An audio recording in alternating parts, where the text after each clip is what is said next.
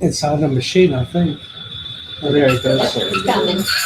Moving of the Spirit, causing blinded eyes to see. Gather round my precious jewels, separate yourself from me. Oh, you dare to listen, caring on what they may say, rising early to obey you. I will soon set them away. Come away, be perfect. I will make you as for you. Hear what I am saying. Oh, my few, my precious few. In the midst of tribulation, when the storm is in command, there's a rock that you can hide in, covered by my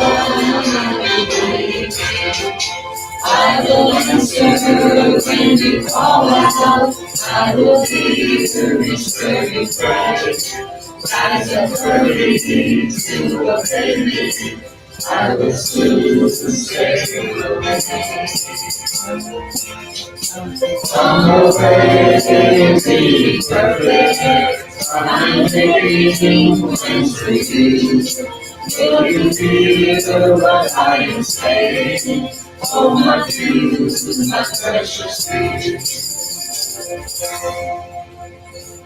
That would need to sing that song. Yep, that would well. Let's go to 67. Sometimes the page jumps just blow my mind.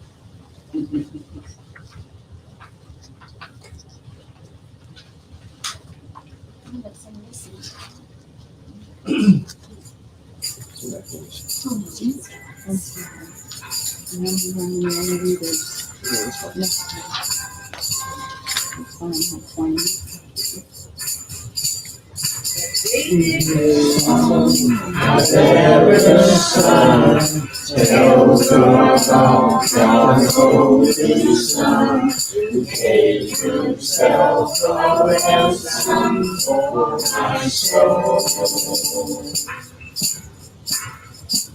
Redeemed by blood was so much more than all this world could ever afford. Out of all this diamonds and this gold, redeemed, it's a gift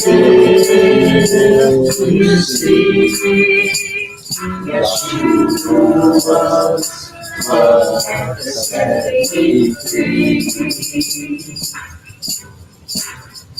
I pray you set song of praise until at last His voice I raise and sing to Him the perfect song.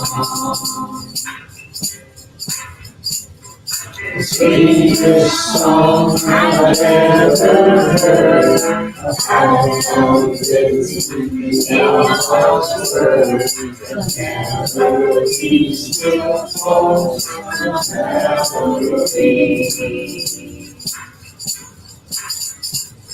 The heart that hears the standing praise will never be the same. And thank Him to you and me. Redeemed, it's a gift to see.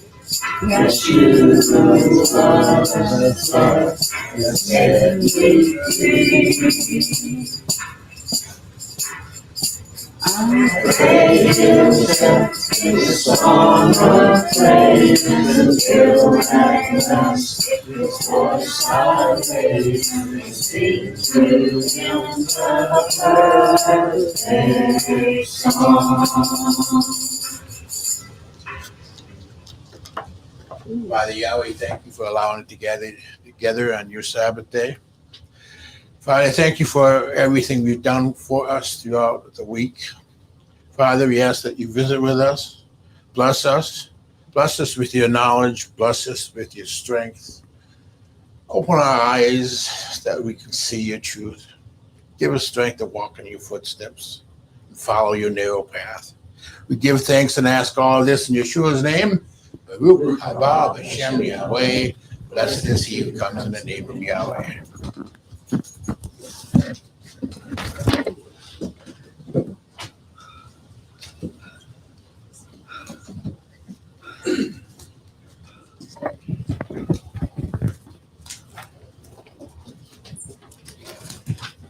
All right.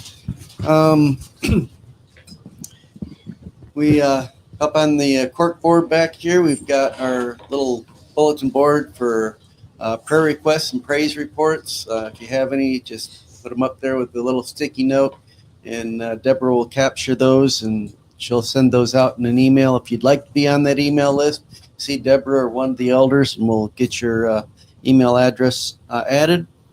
If you're interested in reading Torah, there's a schedule over here on the other wall. Feel free to put your name up there. And just a reminder to silence cell phones if you have them. And we are at the beginning of Simchat Torah, so we're starting the new Parashat reading schedule. So if you need a copy of that, I've got that here. I also have a couple of copies, well, maybe only one copy left of the yearly schedule to read through the entire Bible as a family, if you're interested in that follows the parashat as well. And the 23rd of October, we'll be gathering a little bit before 6 p.m. for the 8th month new moon observance. So that's the announcements as I have them. I'll turn the time over to Caitlin for the Torah.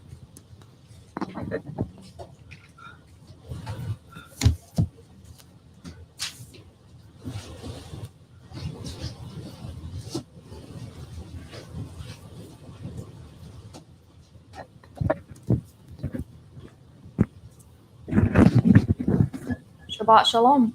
So,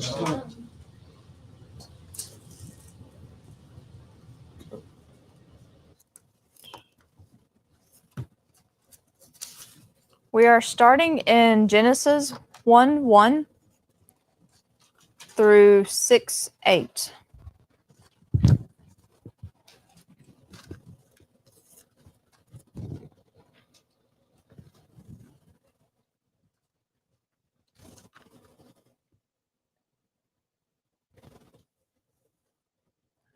In the beginning, God created the heavens and the earth. And the earth was formless and void, and darkness was over the surface of the deep. And the Spirit of God was hovering over the surface of the waters. Then God said, "Let there be light," and there was light. And God saw that the light was good, and God separated the light from the darkness.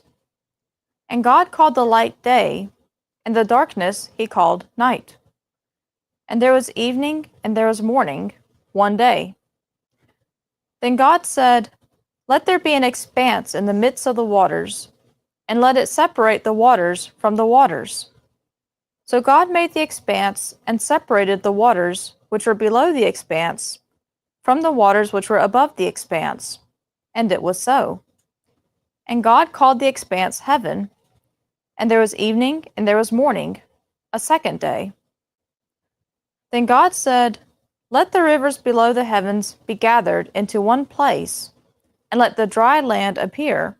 And it was so. And God called the dry land earth, and the gathering of the waters he called seas. And God saw that it was good. Then God said, "Let the earth sprout vegetation, plants yielding seed, and fruit trees on the earth, bearing fruit after their kind with seed in them." And it was so. And the earth brought forth vegetation, plants yielding seed after their kind, and trees bearing fruit with seed in them after their kind. And God saw that it was good. And there was evening, and there was morning, a third day. Then God said, "Let there be lights in the expanse of the heavens, to separate the day from the night. And let them be for signs and for seasons, and for days and years. And let them be for lights in the expanse of the heavens, to give light on the earth." And it was so. So God made the two great lights, the greater light to rule the day, and the lesser light to rule the night, and also the stars. And God placed them in the expanse of the heavens to give light on the earth, and to rule the day and the night, and to separate the light from the darkness. And God saw that it was good. And there was evening, and there was morning, a fourth day.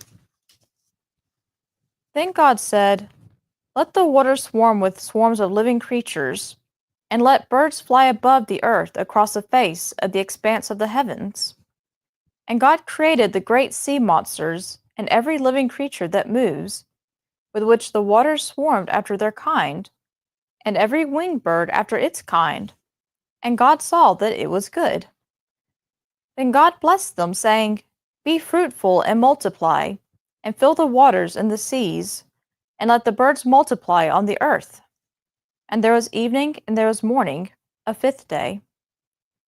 Then God said, "Let the earth bring forth living creatures after their kind, cattle and creeping things, and beasts of the earth after their kind." And it was so. God made the beasts of the earth after their kind, and the cattle after their kind, and every creeping thing of the ground after its kind. And God saw that it was good. Then God said, "Let us make man in our image, according to our likeness, so that they will have dominion over the fish of the sea, and over the birds of the sky, and over the cattle, and over all the earth, and over every creeping thing that creeps on the earth." And God created man in his own image. In the image of God he created him. Male and female he created them. God blessed them, and God said to them, "Be fruitful and multiply, and fill the earth and subdue it, and have dominion over the fish of the sea, and over the birds of the sky, and over every living thing that creeps on the earth." Then God said, "Behold, I have given to you every plant yielding seed that is on the surface of all the earth, and every tree which has the fruit of the tree yielding seed. It shall be food for you. And to every beast of the earth, and to every bird of the sky, and to everything that creeps on the earth, which has life, I have given every green plant for food." And it was so. And God saw all that he had made, and behold, it was very good. And there was evening, and there was morning, the sixth day. Thus the heavens and the earth were completed, and all their hosts. And on the seventh day, God completed his work which he had done, and he rested on the seventh day from all his work which he had done.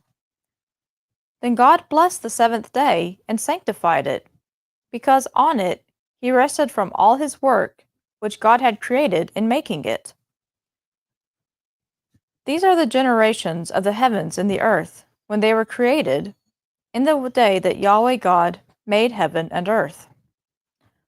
Now no shrub of the field was yet in the earth, and no plant of the field had yet grown, for Yahweh God had not caused it to rain upon the earth, and there was no man to cultivate the ground.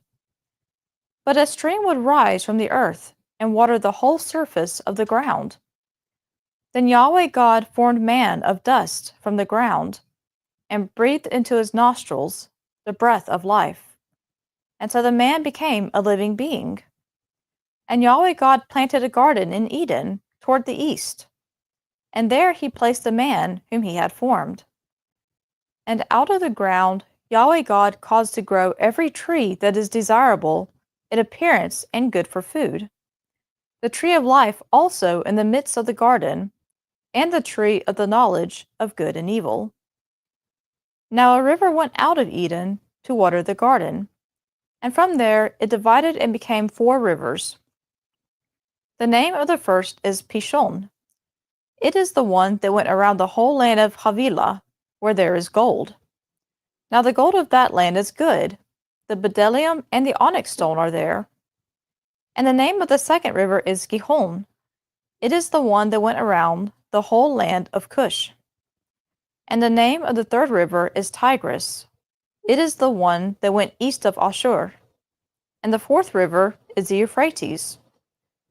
Then Yahweh God took the man and set him in the Garden of Eden to cultivate it and keep it. And Yahweh God commanded the man, saying, From any tree of the garden you may surely eat, but from the tree of the knowledge of good and evil you shall not eat from it, for in the day that you eat from it you will surely die. Then Yahweh God said, It is not good for the man to be alone. I will make him a helper suitable for him.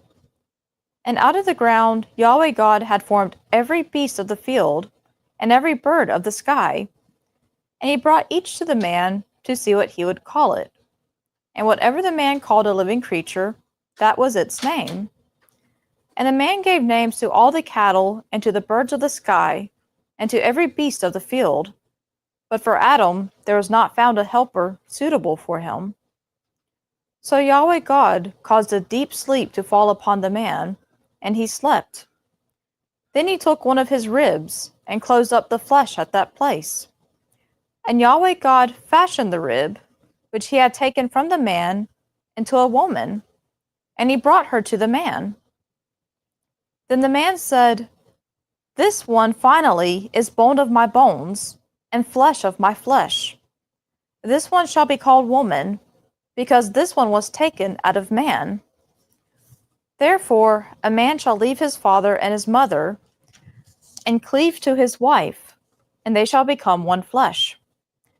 And the man and his wife were both naked, and were not ashamed. Now the serpent was more crafty than any beast of the field which Yahweh God had made. And he said to the woman, Indeed, has God said, You shall not eat from any tree of the garden? And the woman said to the serpent, From the fruit of the trees of the garden we may eat, but from the fruit of the tree which is in the midst of the garden, God said, Ye shall not eat from it, and ye shall not touch it, lest you die. And the serpent said to the woman, You surely will not die, for God knows that in the day you eat from it, your eyes will be opened, and you will be like God, knowing good and evil. Then the woman saw that the tree was good for food, and that it was a delight to the eyes, and that the tree was desirable to make one wise. So she took from its fruit and ate. And she gave also to her husband with her, and he ate. And the eyes of both of them were opened, and they knew that they were naked. And they sewed fig leaves together, and made themselves loin coverings. Then they heard the sound of Yahweh God, walking in the garden in the cool of the day. And the man and his wife hid themselves from the presence of Yahweh God in the midst of the trees of the garden. Yahweh God called to the man and said to him, Where are you? And he said, I heard the sound of you in the garden, and I was afraid, because I was naked, so I hid. And he said, Who told you that you were naked? Have you eaten from the tree of which I commanded you not to eat? And the man said, The woman whom you gave to be with me, she gave to me from the tree, and I ate. Then Yahweh God said to the woman, What is this you have done? And the woman said, The serpent deceived me, and I ate. And Yahweh God said to the serpent, Because you have done this, cursed are you more than any of the cattle, and more than every beast of the field. On your belly you will go, and dust you will eat all the days of your life. And I will put enmity between you and the woman, and between your seed and her seed. He shall bruise you on the head, and you shall bruise him on the heel. To the woman he said, I will greatly multiply your pain in conception. In pain you will bear children. Your desire will be for your husband, and he will rule over you. Then to Adam he said, Because you have listened to the voice of your wife, and have eaten from the tree about which I commanded you, saying, You shall not eat from it. Cursed is the ground because of you. In pain you will eat of it all the days of your life. Both thorns and thistles it shall grow for you, and you will eat the plants of the field. By the sweat of your face you will eat bread, till you return to the ground, because from it you were taken. For you are dust, and to dust you shall return. Now the man called his wife's name Eve, because she was the mother of all the living. Then Yahweh God made garments of skin for Adam and his wife, and he clothed them. Then Yahweh God said, Behold, the man has become like one of us, to know good and evil. And now, lest he send forth his hand, and take also from the tree of life, and eat and live forever. Therefore Yahweh God sent him out from the Garden of Eden, to cultivate the ground from which he was taken. So he drove the man out, and at the east of the Garden of Eden he stationed the cherubim, and the flaming sword which turned every direction, to guard the way to the tree of life. Now the man knew his wife Eve, and she conceived and gave birth to Cain. And she said, I have gotten a man with the help of Yahweh. And again she gave birth to his brother Abel. Abel was a keeper of flocks, but Cain was a cultivator of the ground. So it happened in the course of time that Cain brought an offering to Yahweh of the fruit of the ground. Abel, on his part, also brought of the firstborn of his flock and of their fat portions. And Yahweh had regard for Abel and for his offering, but not for Cain and for his offering he had no regard. So Cain became very angry, and his countenance fell. Then Yahweh said to Cain, Why are you angry, and why has your countenance fallen? If you do well, will not your countenance be lifted up? And if you do not do well, sin is lying at the door, and its desire is for you, but you must rule over it. Then Cain spoke to Abel his brother. And it happened, when they were in the field, that Cain rose up against Abel his brother, and killed him. Then Yahweh said to Cain, Where is Abel your brother? And he said, I do not know. Am I my brother's keeper? And he said, What have you done? The voice of your brother's blood is crying out to me from the ground. And now, cursed are you from the ground, which has opened its mouth to receive your brother's blood from your hand. When you cultivate the ground, it will no longer yield its strength to you. You will be a vagrant and a wanderer on the earth. And Cain said to Yahweh, My punishment is too great to bear. Behold, you have driven me this day from the face of the ground, and from your face I will be hidden, and I will be a vagrant and a wanderer on the earth. And it will be that whoever finds me will kill me. So Yahweh said to him, Therefore, whoever kills Cain, vengeance will be taken on him sevenfold. And Yahweh appointed a sign for Cain, so that no one who found him would strike him. Then Cain went out from the presence of Yahweh, and settled in the land of Nod, east of Eden. Then Cain knew his wife, and she conceived, and gave birth to Enoch. And he built a city, and called the name of the city Enoch, after the name of his son. Now to Enoch was born Irad, and Irad was the father of Mehujael, and Mehujael was the father of Methushael, and Methushael was the father of Lamech. And Lamech took for himself 2 wives. The name of the one was Adah, and the name of the other Zillah. And Adah gave birth to Jabal. He was the father of those who live in tents and have livestock. And his brother's name was Jubal. He was the father of all those who play the lyre and pipe.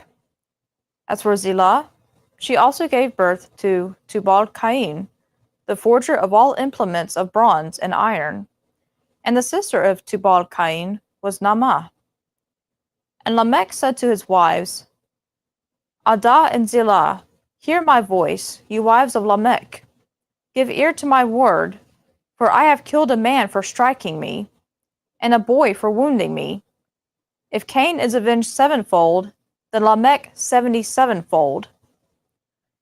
Then Adam knew his wife again, and she gave birth to a son, and named him Seth. For she said, God has set for me another seed in place of Abel, for Cain killed him. And to Seth, to him also a son was born, and he named his son Enosh. Then men began to call upon the name of Yahweh. This is the book of the generations of Adam. In the day when God created man, he made him in the likeness of God.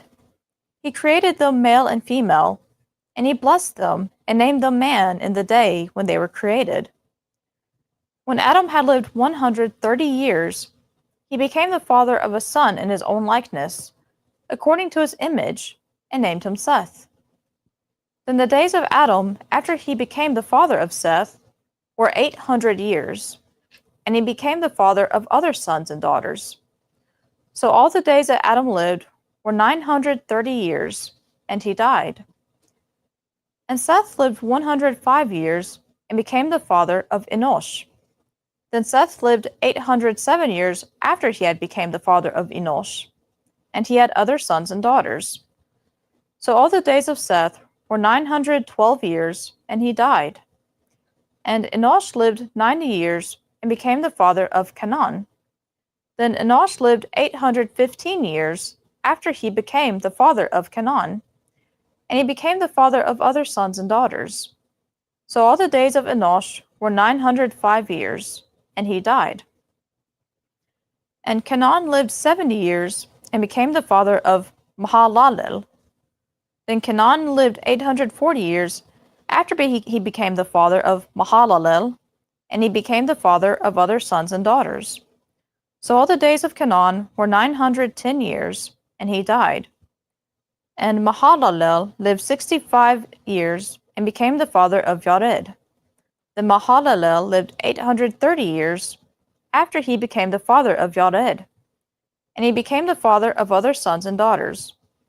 So all the days of Mahalalel were 895 years, and he died. And Yared lived 162 years, and he became the father of Enoch. Then Yared lived 800 years after he became the father of Enoch, and he became the father of other sons and daughters. So all the days of Yared were 962 years, and he died. And Enoch lived 65 years, and became the father of Methuselah. Then Enoch walked with God 300 years after he became the father of Methuselah, and he became the father of other sons and daughters. So all the days of Enoch were 365 years. Enoch walked with God, and he was not, for God took him. And Methuselah lived 187 years, and became the father of Lamech. Then Methuselah lived 782 years after he became the father of Lamech, and he became the father of other sons and daughters. So all the days of Methuselah were 969 years, and he died. And Lamech lived 182 years, and became the father of a son. And he called his name Noach, saying, This one will give us rest from our work, and from the pain of our hands, arising from the ground which Yahweh has cursed. Then Lamech lived 595 years after he became the father of Noach, and he became the father of other sons and daughters. So all the days of Lamech were 777 years, and he died. And Noach was 500 years old, and Noach became the father of Shem, Ham, and Japheth. Now it happened, when men began to multiply on the face of the land, and daughters were born to them, that the sons of God saw that the daughters of men were good in appearance, and they took wives for themselves, whomever they chose. Then Yahweh said, My spirit shall not strive with man forever, because he indeed is flesh. Nevertheless, his days shall be 120 years. The Nephilim were on the earth in those days, and also afterward, when the sons of God came into the daughters of men, and they bore children to them. Those were the mighty men who were of old, men of renown. Then Yahweh saw that the evil of man was great on the earth, and that every intent of the thoughts of his heart was only evil continually. And Yahweh regretted that he had made man on the earth, and he was grieved in his heart. And Yahweh said, I will blot out man whom I have created from the face of the land, from man to animals to creeping things, and to birds of the sky, for I regret that I have made them. But Noach found favor in the eyes of Yahweh. Let's see. Next, we are in Isaiah 42:5 through 43:10.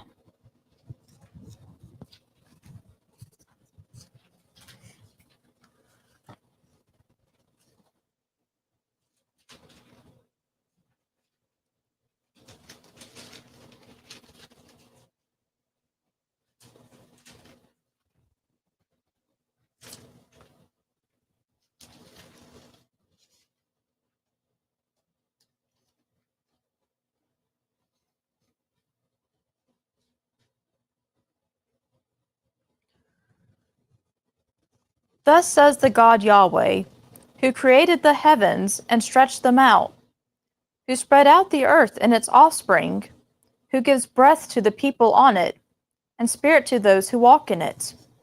I am Yahweh. I have called you in righteousness. I will also take hold of you by the hand and guard you, and I will give you as a covenant to the people, as a light to the nations, to open blind eyes, to bring out prisoners from the dungeon, and those who inhabit darkness from the prison. I am Yahweh, that is my name. I will not give my glory to another, nor my praise to graven images. Behold, the former things have come to pass. Now I declare new things. Before they spring forth, I cause you to hear them. Sing to Yahweh a new song. Sing his praise from the end of the earth. You who go down to the sea, as well as its fullness, you coastlands, and those who inhabit them. Let the wilderness and its cities lift up their voices, the villages where Kedar inhabits. Let the inhabitants of Salah sing aloud. Let them shout for joy from the tops of the mountains. Let them give glory to Yahweh and declare his praise in the coastlands. Yahweh will go forth like a warrior. He will awaken his zeal like a man of war. He will make a loud shout. Indeed, he will raise a war cry. He will prevail against his enemies. I have kept silent for a long time. I have kept still and restrained myself. Now, like a woman in labor, I will groan. I will both gasp and pant. I will lay waste the mountains and the hills, and dry up all their vegetation. I will make the rivers into coastlands, and dry up the pools of waters. I will lead the blind by a way they do not know, and paths they do not know I will guide them. I will make darkness into light before them, and rugged places into plains. These are the things I will do, and I will not forsake them. They will be turned back and be utterly put to shame, who trust in graven images, who say to their molten images, You are our gods. Hear, you deaf, and look, you blind, that you may see. Who is blind but my servant, or so deaf as my messenger whom I send? Who is so blind as he that is at peace with me, or so blind as the servant of Yahweh? You have seen many things, but you do not keep them. Your ears are open, but none hears. Yahweh was pleased for his righteousness' sake, that he make the law great and majestic. But this is a people plundered and pillaged as spoiled. All of them are trapped in caves, or are hidden away in prisons. They have become a plunder with none to deliver them, and a spoil with none to say, Have them return. Who among you will give ear to this? Who will give heed and hear hereafter? Who gave Jacob up for spoil, and Israel to plunderers? Was it not Yahweh, against whom we have sinned, and in whose ways they were not willing to walk, and whose law they did not obey?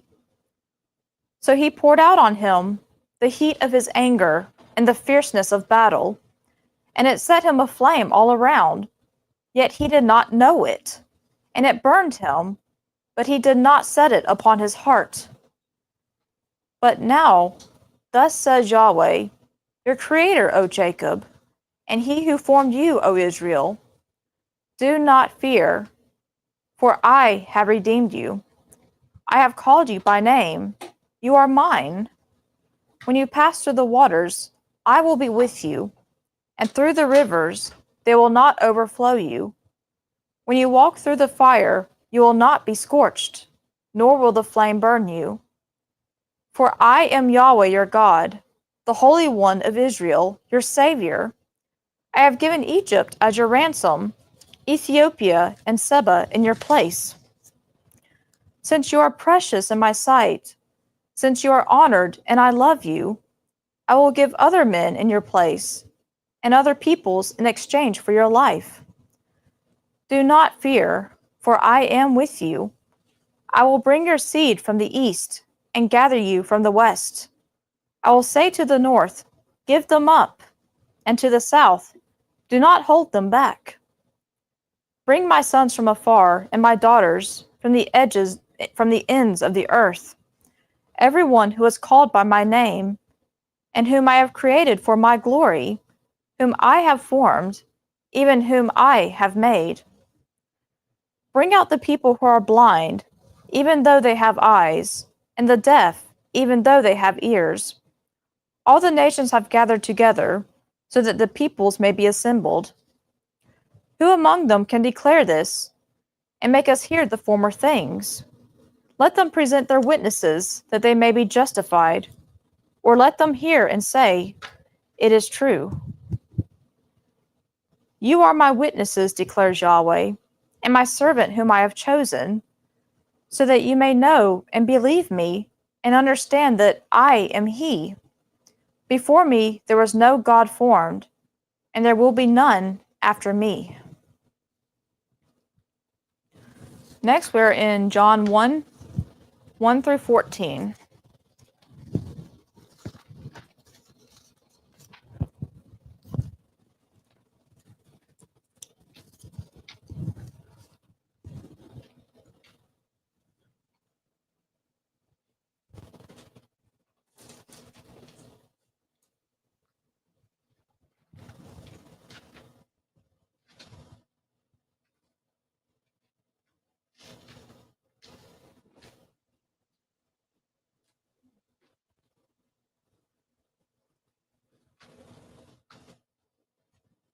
In the beginning was the Word, and the Word was with God, and the Word was God. He was in the beginning with God. All things came into being through him, and apart from him, nothing came into being that has come into being. In him was life, and the life was the light of men. And the light shines in the darkness, and the darkness did not overtake it. There was a man having been sent from God, whose name was John. He came as a witness to bear witness about the light, so that all might believe through him. He was not the light, but he came to bear witness about the light. There was a true light which, coming into the world, enlightens everyone. He was in the world, and the world was made through him, and the world did not know him. He came to what was his own, and those who were his own did not receive him. But as many as received him, to them he gave the right to become children of God, even to those who believe in his name, who were born not of blood, nor of the will of the flesh, nor of the will of man, but of God. And the Word became flesh and dwelt among us, and we beheld his glory, glory as of the only begotten from the Father, full of grace and truth.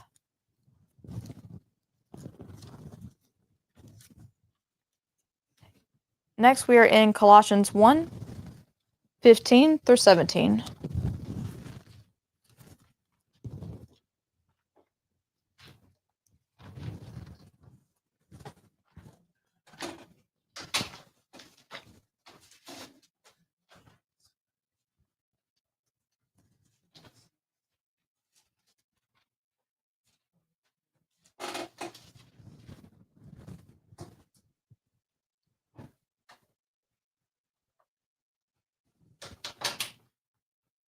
who is the image of the invisible God, the firstborn of all creation. For in him all things were created, both in the heavens and on earth, visible and invisible, whether thrones or dominions or rulers or authorities, all things have been created through him and for him. And he is before all things, and in him all things hold together. And last, we are in Hebrews 1 through 3.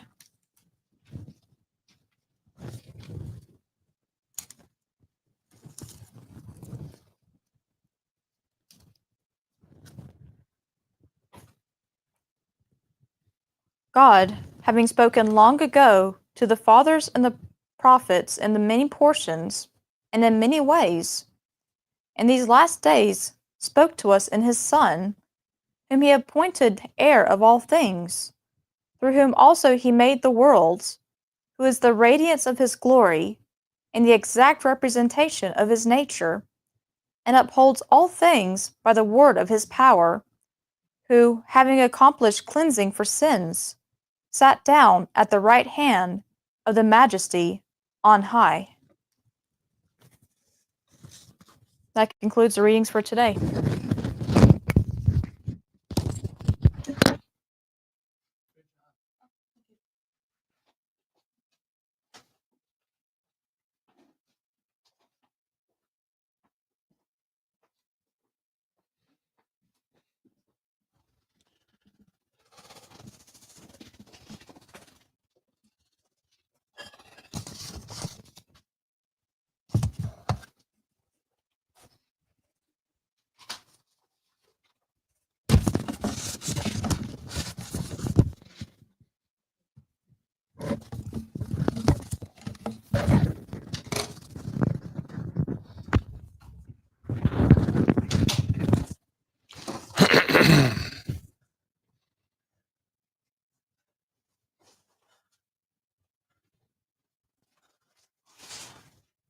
Right.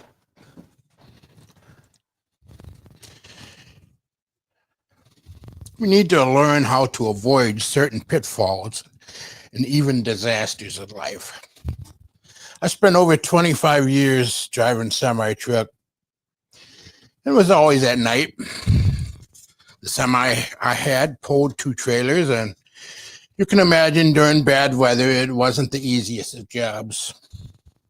And while I lived in Wisconsin, I kept a small calendar journal and wrote down the weather and what kind of driving conditions I was up against. Blizzards, whiteouts, fog so thick you couldn't even see past the nose of your truck.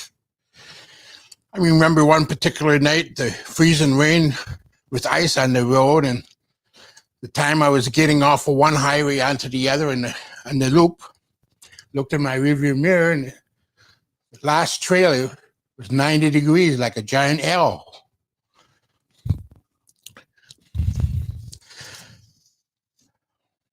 So if I would have stopped, it would have pulled me right into the ditch. I kept going at 10 miles an hour around it.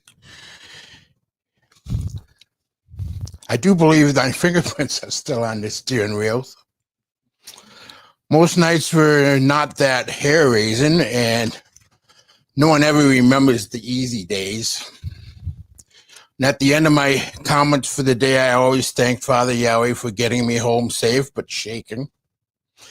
And during the bad days and even those easy ones, even the nights where I was having trouble staying awake, I kept hearing my name being called to wake me up. I was the only one in the truck. Yahweh has looked after me all those years, and I thank him for that. Now, was it Yahweh that saved me, or was it me who saved me?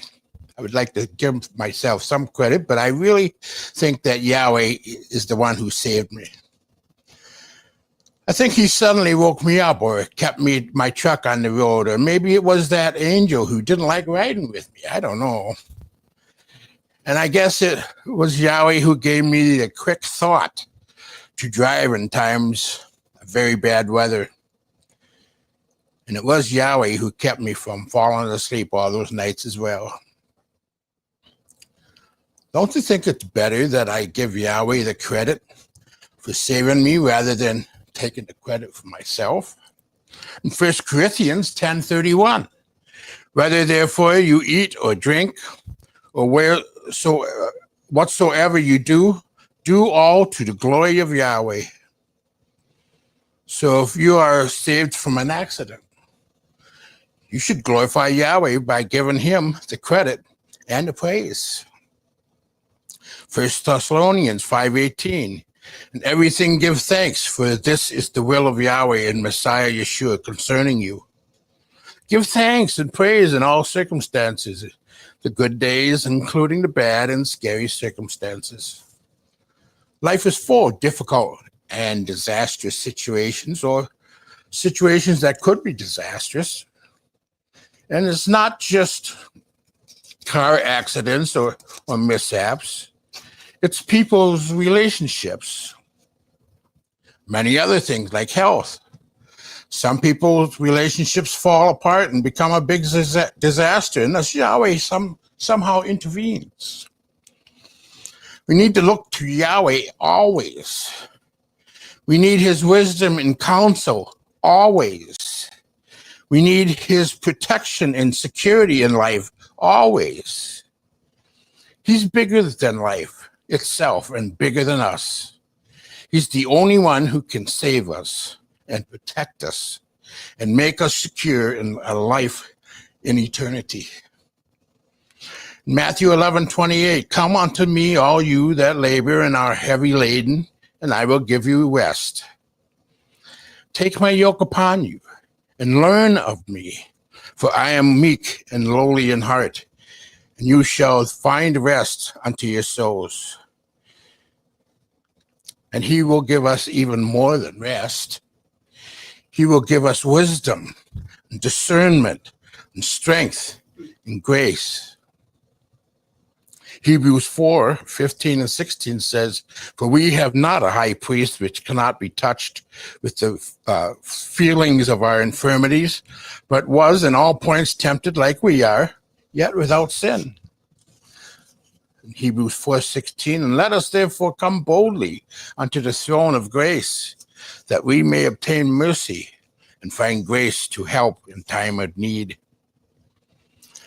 Paul advised Titus on how to avoid certain troubles in life by looking to Yahweh and listening to his word.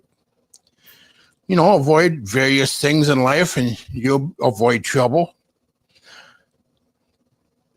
We should avoid religious arguments in Titus 3:9, but avoid foolish questions and genealogies and contentions and strivings about the law, for they are unprofitable and vain.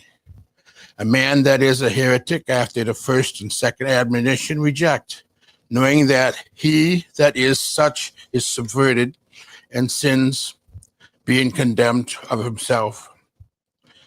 Religion and politics. Which do you think causes the most arguments? Now, considering our political situation, it's probably politics right now. I think the humorist Will Rogers would have a heyday today. If he were alive, he would have more political jokes than you could shake a stick at. He was in some ways a prophet before his time. And while he would be making jokes, he might be crying on the inside because the sad shape of our country. Religious arguments. Have you ever had any? I have. None that I'm proud of. After it was over with, I felt I had done a very poor job. Most religious arguments are unprofitable and useless. They are a waste of time and energy, and often people are put off from the truth of the gospel, or they will just refuse to listen because of their lifestyles conflicting with Yahweh's ways. James 1:19. Wherefore, my beloved brethren, let every man be swift to hear, slow to speak, slow to wrath. For the wrath of man works not the righteousness of Yahweh. Wherefore, lay apart all filthiness and superfluity of naughtiness, and receive with meekness the engrafted word, which is able to save your souls. Getting angry, even religious angry, generally does no good in this world. Anger often seems to open the door to Satan. In Ephesians 4:26, be you angry and sin not. Let not the sun go down upon your wrath, neither give place to the devil. In Philippians 1:27, only let your conversation be as it becometh the gospel of Messiah, that whether I come and see you or else be absent, I may hear of your affairs, that you stand fast in one spirit, with one mind, striving together for the faith of the gospel. We are to contend for the faith of the gospel. To contend is to fight for the faith of the gospel, but that doesn't mean that we should literally fight with people. It does no good at all. In 1 Peter 3:15, sanctify Yahweh Elohim in your hearts, and be ready always to give an answer to every man that asks you a reason of the hope that is in you, with meekness and fear. In our witnessing and contending for the faith, we must be gentle with people and respectful towards them. If we don't show courtesy, kindness, and love, how can we expect to do any good? Maxwell Perkins, the famous book editor, once wrote, one of my deepest contentions is that the terrible harms that are done in this world are not done deliberately evil people, but who are the numerous and are soon found out. They are done by those who say sure that God is with them, not noting that nothing can stop them, for they are certain that they are right. Titus 3:10, a man that is a heretic after the first and second admonition reject, knowing that he that is such subverteth and sinneth, being condemned of himself. You warn him. Sounds like to me like if someone is causing trouble in the church to the point where there could be a division, then that person should be warned. Once, twice, and third time you're out. That is, we leave them alone with the hope that they will wake up. Hebrews 13:17.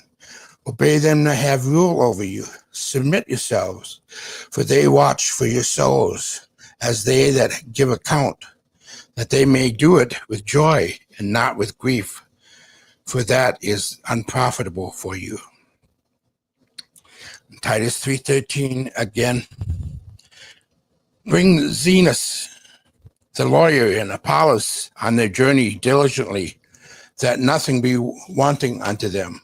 And let ours also learn to maintain good works for necessary uses, that they be not unfruitful. All that are with me salutes thee. Greet them that love us in the faith. Grace be with you all. Amen. A preacher by the name of John Wesley in the 1700s is quoted as saying, do all the good you can, by all the means you can, in all the ways you can, in all the places you can, at all times you can, to all the people you can, as long as ever you can. That covers a lot of territory. I would say that is pretty good code to live by, and this sounds like Yeshua.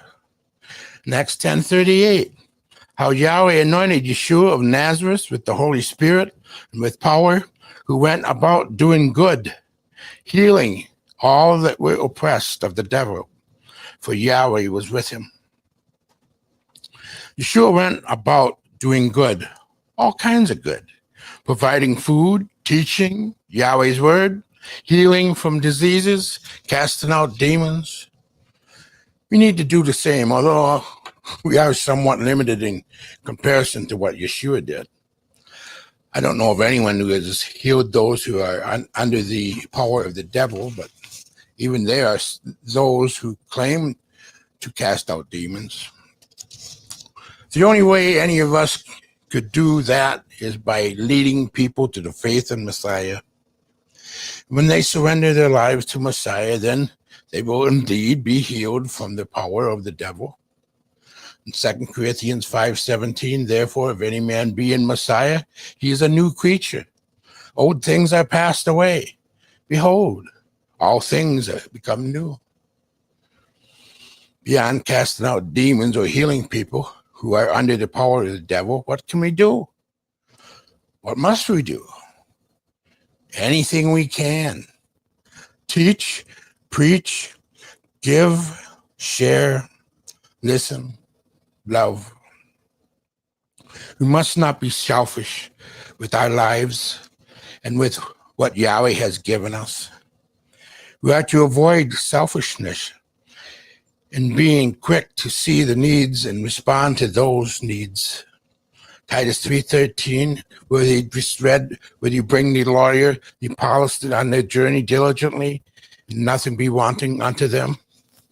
And let ours also learn and maintain good works for necessary uses, that they be not unfruitful. We avoid selfishness by doing good towards others in any form. When a distinguished foreigner paid his only visit to America in 1950, a committee of prominent Chicagoans lined up in the railroad station to offer the official greetings. But the committee noticed that his eyes were not wholly fixed on them. Those penetrating eyes were wandering up beyond the encircled committee. Something was on the station platform, caught his eye in the crowd of travelers. And with politeness and firmness, the great man said to the committee, "Excuse me," and literally dashed past the receptionist. Diving into the crowd, he stopped beside an elderly woman who was staggering under her load of heavy suitcases and extra bundles. With his big, sensitive hands, he grabbed the old woman's suitcases and bundles and beckoned her to follow him. And he threaded away through the people and led the woman to the coach she wanted to take, lifted up her suitcases into the overhead racks and bowed in a courtly manner and wished her bon voyage. Then he rushed back to the astounded committee with apologies for keeping them waiting. This is the way that Dr. Albert Schweitzer arrived in America. Did Albert Schweitzer know something that we don't? Did he have a heart within him that is different than ours or most of our generation? He is quoted as saying, life becomes harder for us when we live for others, but it also becomes richer and happier.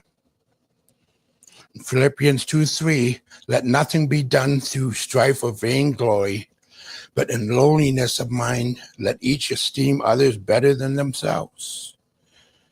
Look not every man on his own things, but every man also on the things of others. You must avoid selfishness at all cost. In humility, we must serve one another as best we can in any form. A man who is known to like liquor explained that he drank only to drown his troubles. And after you drowned them, why do you continue to drink? He was asked. You don't know my troubles, he sighed. My troubles are excellent swimmers. I tried to drown them, but they swim right up again. Those troubles sound like the sins that we have to deal with throughout our lives. 1 Corinthians 10:13. There has no temptation taken you, but such as is common to man. But Yahweh is faithful, who will not suffer you to be tempted above that you are able, but will with the temptation also make a way to escape, that you may be able to bear it. Temptation to sin in various ways will always come our way. Temptations to do evil, to fight, to argue, to be selfish. There's only one escape. The Lord himself is our escape from sin and self. In order to avoid the evil pitfalls of this life, we must always look to Yahweh and his Son, Yeshua, and to his word. Psalms 119, verse 9. Wherewithal shall a young man cleanse his way? By taking heed thereto according to thy word. How can a young man keep his way? By living according to your word. And this holds true for people of all ages, both male and female. Yahweh bless.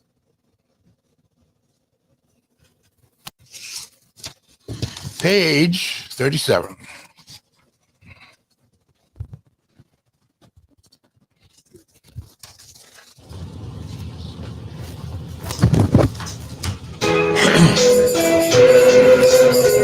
Reaching out to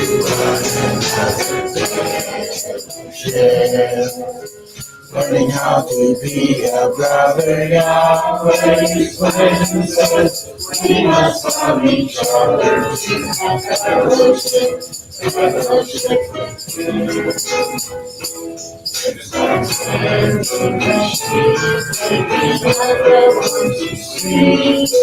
Strengthening what we got on the way. Oasis for the soul, a shelter from the cold fire burns within our hearts for many days. Call it fellowship, reaching out to one another.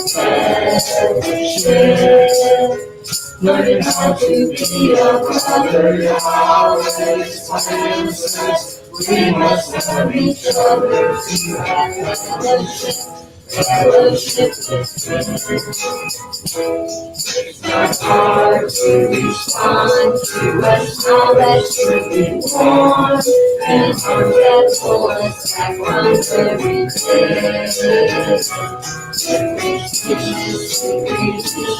there's no counting the increase of love and that causes show us to call it fellowship, reaching out to one another. Fellowship, learning how to be a brother. Yahweh's plan says we must love each other to have fellowship.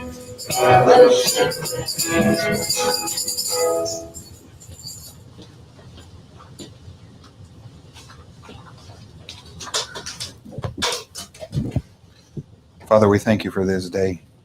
We thank you for your hedge of protection around us. We ask that you extend it to each and every one of our members that isn't here. Be with all of us. Help us to embrace your word and bury it in our hearts, to live it in our lives each and every day to the fullest extent that we can, so that we may bring glory to you and your Son in the way we live as your faithful servants and witnesses. I also ask that you would keep Brother Ray and his wife, Sister Jenny, in your arms today, and help heal her and all the others in our congregation who struggle with physical infirmities. We thank you for the food that you've provided us with, Father. We ask that you would bless it for us, use it to nourish and strengthen our bodies and to further us in the service of your work.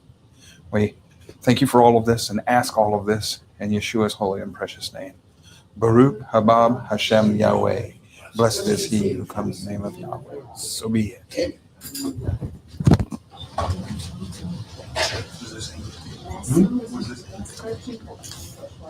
you hear the difference sometimes? Like, we could tell that wasn't the normal. There's alternate versions of comes from, but it was not horrible.